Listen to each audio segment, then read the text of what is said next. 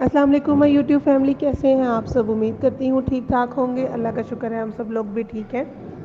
आज आपके लिए एक स्टोरी लेके आए हैं। ये स्टोरी का उन्वान है कहानी का दूसरा रूप। 1956 में अमेरिका में एक बहरी जहाज़ तेल लेकर जा रहा था। ये जहाज़ अचानक अपने रूट से हटा, समुद्र में मौजूद एक चट्टान से टकराया और पाश पाश हो गया। हादसे के बाद जहाज़ के कप्तान को गिरफ्तार कर लिया गया। इस हादसे की वजह पूछी गई। कप्तान ने बताया कि वो जहाज़ के डेक पर खड़ा था। आसमान बिल्कुल साफ था। अचानक आसमान से आबशार की तरह डेक पर पानी गिरा और पानी के साथ ही आसमान से एक मोटी ताज़ी भैंस नीचे गिरी। भैंस के गिरने से जहाज़ का तवाज़ुन बरकरार ना रहा और वो चट्टान से टकरा गया। ये एक अजीब किस्म की स्टोरी थी। यह जवाब था जो कोई भी नॉर्मल शख्स इस स्टोरी पर यकीन करने के लिए तैयार नहीं था।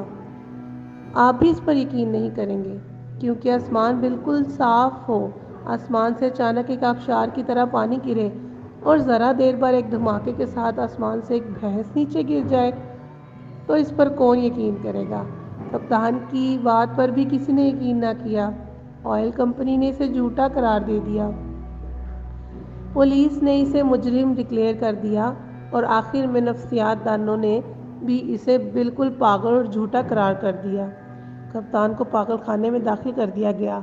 ये वहाँ 25 साल तक कैद रहा। इस कैद के दौरान ये हकीकतन पागल हो गया। ये इस कहानी का एक पहलू है और इस पहलू को देखने और सुनने और पढ़ने वाले इस कप्तान को पागल या झूठा ही कहेंगे। अब आप इस कहानी का दूसरा एंगल मुलाहिजा कीजिए और इस एंगल के आखिर में आपको ये कप्तान दुनिया का मजलूम तरीन शख्स दिखाई देगा। इस वाक़ये के 25 साल बाद एयर फोर्स के एक रिटायर ऑफिसर ने अपनी याददाश्तों पर मबनी एक किताब लिखी। इस किताब में इसने इंकशाफ किया कि 1965 में एक पहाड़ी जंगल में आग लग गई थी और वो आग बुझाने का टास्क कर रहा था। ये टास्क उसे सौंपा गया था। इसने एक जहाज़ के साथ पानी का एक बहुत बड़ा टैंक बांधा। इस टैंक को झील में डुबोकर भरता, जंगल के ऊपर जाता और पानी आग पर गिरा देता। टैंक भरने के लिए दोबारा झील में चला जाता और एक बार टैंक ले जा रहा था कि अचानक टैंक के अंदर कुछ उछल कूद महसूस हुई। इसे महसूस हुआ टैंक के अंदर कोई चीज़ जिंदा चल रही है और इससे टैंक नीचे गिर गया। तो इस चीज़ की उछल कूद से इसका जहाज़ गिर जाएगा। इसने फ़ौरन टैंक खोल दिया। टैंक से पानी की आबशार नीचे गिरी और इसके साथ ही एक मोटी ताज़ी भैंस भी नीचे की तरफ गिर गई। ये पानी और भैंस नीचे भरे जहाज़ की डेक पर गिर गए। अब आप कहानी के इस पहलू को पहले एंगल से जोड़कर देखें, आपको सारा सिनेरियो तब्दील होता हुआ दिखाई देगा। लिहाजा याद रखिए, आप जब तक दूसरे फरीक का मौक़िफ़ ना सुन लें, इस वक्त तक आप किसी शख्स की कहानी या किसी शख्स की दलील को यकीन नहीं कर सकते, क्योंकि जब तक मुल्ज़िम और मुद्दई का मौक़िफ़ सामने नहीं आता, इस वक्त तक सूरत हाल वाज़िया नहीं होती। हक़ाइक़ क्या होते हैं?